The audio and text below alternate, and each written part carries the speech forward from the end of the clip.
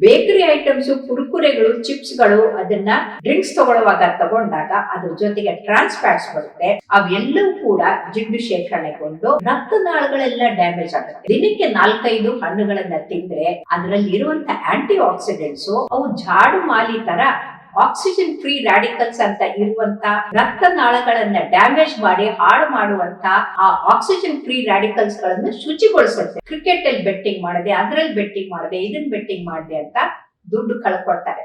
ದುಡ್ಡು ಕಳ್ಕೊಂಡಾಗ ಏನಾಗುತ್ತೆ, ಸ್ಟ್ರೆಸ್ ಜಾಸ್ತಿ ಆಗ್ಬಿಡುತ್ತೆ. ಆ ಸ್ಟ್ರೆಸ್ ಇನ್ನೊಂದು ಪ್ರಮುಖವಾದ ಕಾರಣ ಸಾವಿಗೆ, ದಿಢೀರಂತ ಹೃದಯಾಘಾತಕ್ಕೆ ಅಂತ ಗೊತ್ತಾಗಿದೆ. ಹಾಗಾಗಿ ಇವತ್ತಿಗೆ ಸ್ಮೋಕಿಂಗು, ಸ್ಪಿರಿಟ್ ಅಂದ್ರೆ ಆಲ್ಕೋಹಾಲು, ಅದ್ರ ಜೊತೆಗೆ ಸೆಡೆಂಟರಿ ಹ್ಯಾಬಿಟ್, ಆಲ್ಸಿಗಳಾಗಿರೋದು, ಜೊತೆಗೆ ಸ್ಟ್ರೆಸ್ಸು ಮತ್ತೆ ಸ್ಲೀಪ್ಲೆಸ್ನೆಸ್, ಈ 5 ಎಸ್ ಗಳಿಂದ ಅವ್ರಿಗೆ ಹೃದಯದ ಕಾಯಿಲೆ ಹೆಚ್ಚಾಗ್ತಾ ಇದೆ. ಇನ್ನ ನಾವು ಎಷ್ಟು ಚಟುವಟಿಕೆಯಿಂದ ಇರ್ತೀವೋ ಅಷ್ಟು ನಮ್ಮ HDL ಕೊಲೆಸ್ಟ್ರಾಲ್ ಅಂದ್ರೆ ಉತ್ತಮವಾದಂತಹ ಕೊಲೆಸ್ಟ್ರಾಲ್ ಹೆಚ್ಚುತ್ತೆ. ಆ HDL ಕೊಲೆಸ್ಟ್ರಾಲ್ ನಲ್ಲಿ ಅಪೋಲೈಪೋಪ್ರೋಟೀನ್ ಎ ಅಂತಿದೆ. ಅದು ಎಲ್ಲೆಲ್ಲಿ ಜಿಡ್ಡು ಶೇಖರಣೆಗೊಂಡಿದೆಯೋ ರಕ್ತನಾಳಗಳಲ್ಲಿ ಅದನ್ನೆಲ್ಲ ಕರಗಿಸ್ಕೊಂಡು ತಂದು ಒಂದು ಲಿವರ್ಗೆ ಅಥವಾ ಯಕೃತಿಗೆ ತಂದು ಕೊಟ್ಟು ಅದನ್ನ ಎಕ್ಸ್ಕ್ರೀಟ್ ಮಾಡೋದು, ಹೊರ ಹಾಕೋ ಕೆಲಸ ಮಾಡೋದು ಈ ಅಪೋಲೈಪೋಪ್ರೋಟೀನ್ ಎ.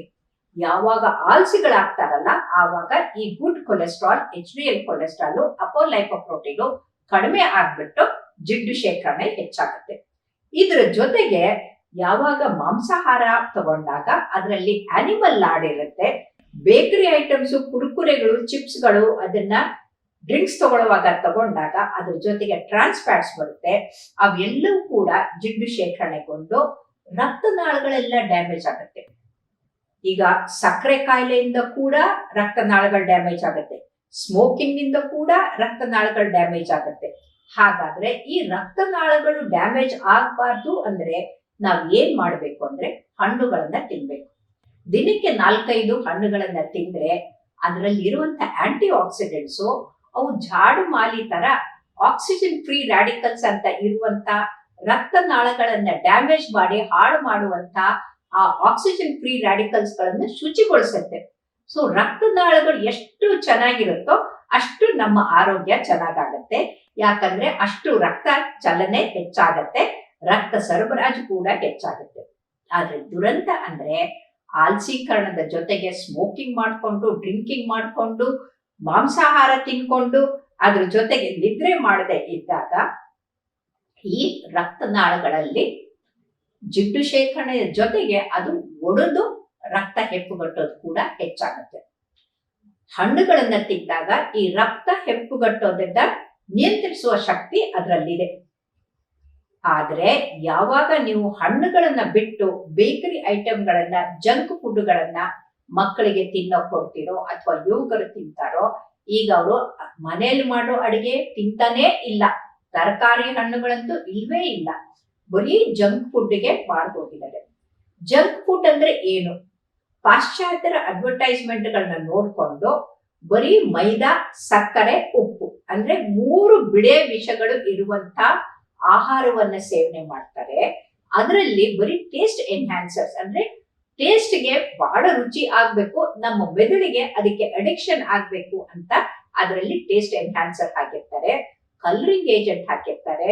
ಇದು ಎಲ್ಲದರ ಜೊತೆಗೆ ಅದರಲ್ಲಿ ಉಪ್ಪು ಜಾಸ್ತಿ ಇರೋದ್ರಿಂದ, ಜಿಡ್ಡು ಜಾಸ್ತಿ ಇರೋದ್ರಿಂದ ಅದು ಆರೋಗ್ಯಕ್ಕೆ ಒಳ್ಳೆಯದಲ್ಲ. ಅದು ಮುಂದೆ ಆರೋಗ್ಯಕ್ಕೆ ಹಾಳಾಗುತ್ತೆ ಅನ್ನೋದು ಕಟ್ಟಿಟ್ಟ ಬುತ್ತಿ. ಇವತ್ತು ನಾವು ಏನು ಇಷ್ಟ ಜನ ಸತ್ರು, ಅಷ್ಟು ಜನ ಸತ್ರು ಅಂತ ಹೌಹಾರ್ಬಿಟ್ಟು ಹಾಹಾಕಾರ ಮಾಡ್ತಾ ಇದೀವಲ್ಲ, ಅದು only tip of the iceberg. Tip of the iceberg ಅಂತಂದ್ರೆ ಆ ಮಂಜುಗಡ್ಡೆ ನೀರಲ್ಲಿ ಮುಳುಗಿದೆ, ಭಯಂಕರವಾದಂತಹ ಪಿಡುಗು ಪರಿಸ್ಥಿತಿ ಬಂದಿದೆ. ನಮ್ಗೆ ಕಾಣ್ತಾ ಇರೋದು ಮೇಲೆ ತುದಿ ಮಾತ್ರ, ಒಳಗಡೆ ಇರೋದು ಕಾಣ್ತಾ ಇಲ್ಲ. ಯಾಕಂದ್ರೆ diabetes, high blood pressure, high cholesterol, heart attack ಇವು ಎಲ್ಲವಕ್ಕೂ ಮೂಲ ಕಾರಣ ತಾಯಿ ಬೇರು ಅಂತಂದ್ರೆ ಒಬೆಸಿಟಿ ಅಥವಾ ಸ್ಥೂಲಕಾಯ. ಇವತ್ತು ಸ್ಥೂಲಕಾಯ 30% ಹೆಚ್ಚಾಗಿದೆ. ನಿಮಗೆ ಮಾಧ್ಯಮದಲ್ಲಿ ಕೆಲಸ ಮಾಡುವ ಆಸಕ್ತಿ ಇದೆಯಾ? ಹಾಗಾದ್ರೆ ಕರ್ನಾಟಕ ಟಿವಿ ಡಿಜಿಟಲ್ ಮೀಡಿಯಾದಲ್ಲಿದೆ ನಿಮಗೆ ಒಳ್ಳೆಯ ಅವಕಾಶ. ಆಯ್ಕೆಯಾದವರಿಗೆ ಉಚಿತ ತರಬೇತಿ ಕೊಡ್ತೀವಿ. ತರಬೇತಿ ನಂತರ ಕೆಲಸ ಮಾಡುವ ಅವಕಾಶನೂ ಕೊಡ್ತೀವಿ. ಈ ಕೂಡಲೇ ನಿಮ್ಮ ಮಾಹಿತಿಯನ್ನ ಮೇಲ್ ಮಾಡಿ.